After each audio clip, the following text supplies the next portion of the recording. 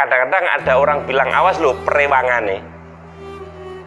Lah perewangan itu kalau kemudian kita konotasikan kepada barang gaib yang begini begitu, ya tidak terlalu tepat.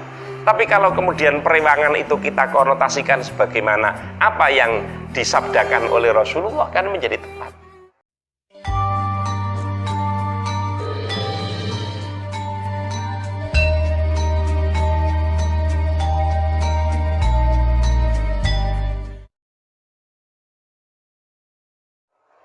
Assalamualaikum warahmatullahi wabarakatuh. Kembali lagi bersama kami Santri Beling Channel, masih dalam acara Nyecep Banyu Tuti Perwitosari, Nyecep Barokahipun Syamsul Qadir Al-Jilani. Nasihat demi nasihat, dawuh demi dawuh sudah kami dapatkan, sentilan demi sentilan untuk memperlulut hati Santri Beling Channel sudah kita dapatkan. Entah untuk hari ini apalagi sentilan atau dawuh yang untuk bisa itu membawa santri beling ini menjadi santri yang kalem lah, Pak. Santri beling menjadi santri gak beling. Ya gak asik santri ya. Saya ini beling, yang penting eling. Kucingnya minta tos. Bismillahirrahmanirrahim. Ngelanjutkan dawuh Syekh Abdul Qadir Jailani, mangkana iblisu dalilahu dhalla sabiluhu. Artinya barang siapa yang menjadikan iblis sebagai penunjuknya, maka ia akan sesat jalannya. Memang simpel, memang ini adalah tidak asing di telinga kita. Artinya jangan sampai kita itu diarahkan oleh bujuk setan. Jangan sampai kita itu diarahkan oleh bisikan iblis. Sebab kalau kita itu mengikuti apa yang menjadi bisikan iblis, mengikuti apa yang menjadi bisikan setan, maka kita pasti akan sesat di jalan. Nah, artinya apa? Bahwa kita sebagai manusia harus waspada, ya kan? Kewaspadaan itu harus selalu kita bangun. Kewaspadaan itu harus selalu kita jaga. Kenapa demikian? Karena bahwa sekali saja kita terpeleset dengan mengikuti apa yang menjadi bisikan iblis, maka kita akan tersesat di jalan. Ada sebuah hadis yang diriwayatkan Abdullah bin Mas'ud qala Rasulullah sallallahu alaihi wasallam, ma minkum min ahadin illa wa qad wukila bihi qarinuhu minal jinni. Tidak ada seorang pun kecuali orang itu selalu wukilah, selalu dipasangkan oleh Allah dengan seorang jin. Jadi illa wukilah bihi qarinuhu minal jin. Jadi tidak ada seorang pun yang tidak ditemani oleh sebangsa jin. Jadi setiap orang, kemudian sahabat tanya, qalu wa iyyaka ya Rasulullah, termasuk engkau wahai Rasul? Jawabnya Rasul, qala wa iyaya, sama. Artinya begini, jin itu jangan dikonotasikan dengan sesuatu yang kelenik-kelenik, bukan. Tidak ada seorang pun yang tidak ditemani setan. Jadi setiap orang pasti mengalami adanya bisikan setan, termasuk Rasulullah, gitu loh. Jadi tidak hanya kita, Rasulullah pun. Ini hadis. Kemudian Rasulullah melanjutkan, illa annallaha a'anani alaihi, kecuali memang Allah itu memberikan pertolongan kepadaku. Jadi artinya apa? Rasulullah pun sama sebenarnya, asalnya dikawal, dibisiki oleh setan, oleh iblis yang memang dikirim oleh Allah. Tapi kemudian Allah memberikan pertolongan kepada Rasulullah, kemudian fa'aslama fala ya'muruni illa bi khairin. Kemudian Rasulullah menerima Islam karena memang sebagai penyebar Islam, fala ya'muruni illa bikhairin, dan mereka itu tidak memerintahkan kepadaku kecuali perintah yang baik. Kemudian kita bandingkan dengan kita selaku umat Muhammad.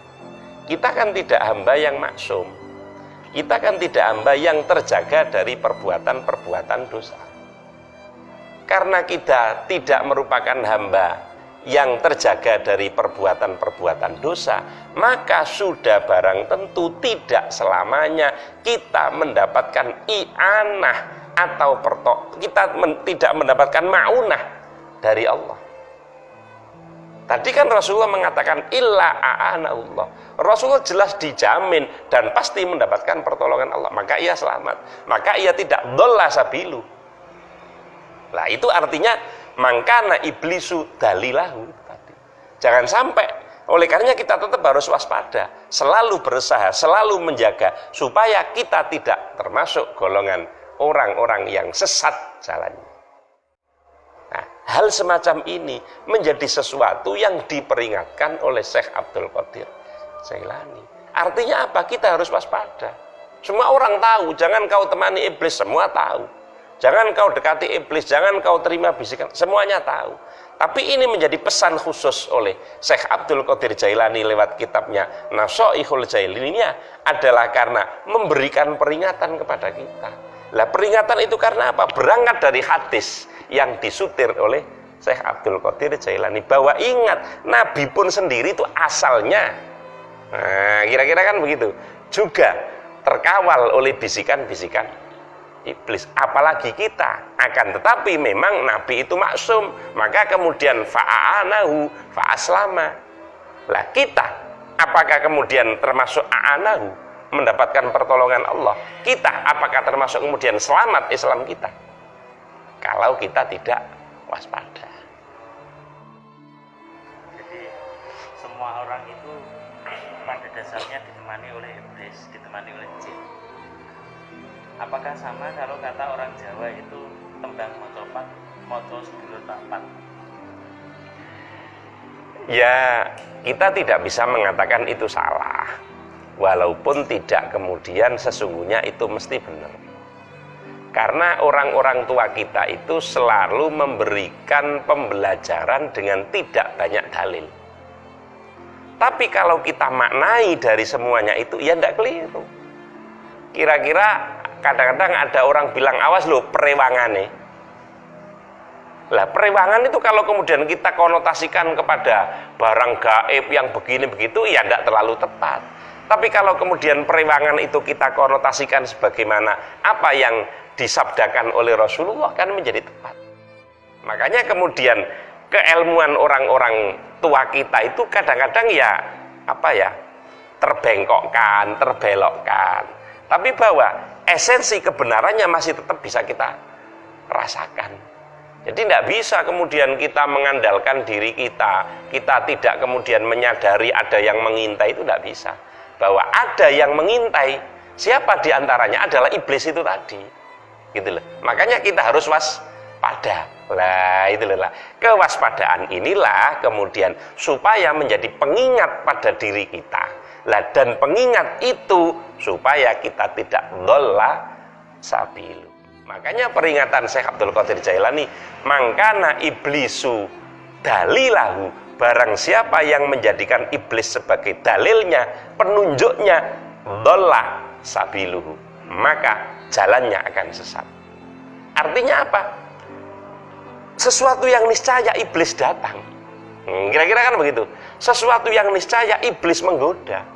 Tapi jangan sampai iblis itu kita jadikan dalil, kita jadikan penunjuk kita. Ya biarkan, kira-kira kasar, biarkan iblis itu lalu lalang. Manusia kadang-kadang tergoda balik lagi, tergoda balik lagi. Tapi tidak menjadi dalil. Dalil itu kan yang dijadikan patokan secara utuh, itu dalil. Makanya tidak boleh jadi dalil, tidak boleh menjadi patokan. Kalaupun toh iblis hadir, itu niscaya. Tapi tidak kemudian iblis itu kita jadikan patokan kita. Kira-kira begitu. Jadi iblis datang itu niscaya, tapi jangan menjadi patokan untuk hidup kita. Jadi kita itu harus hidup selalu mengingat Allah, kita itu harus hidup selalu ingat kepada Allah dan ibadah kepada Allah. Adapun tentang setan dan iblis, itu semua orang itu berbicara bahwasanya iblis dan setan adalah musuh kita. Walaupun itu keniscayaan semua mereka akan datang kepada kita untuk membisiki kita, untuk membelokkan jalan kita, untuk kita tersesat dalam persimpangan. Ingatlah bahwa kita itu adalah hamba Allah. Cukup sekian, semoga ada manfaatnya. Tetap di Santri Belik Channel, masih dalam acara Nyecep Banyu Suci Perutosari, Nyecep Barokahipun Syekh Abdul Qadir Al-Jilani. Wassalamualaikum warahmatullahi wabarakatuh. Waalaikumsalam.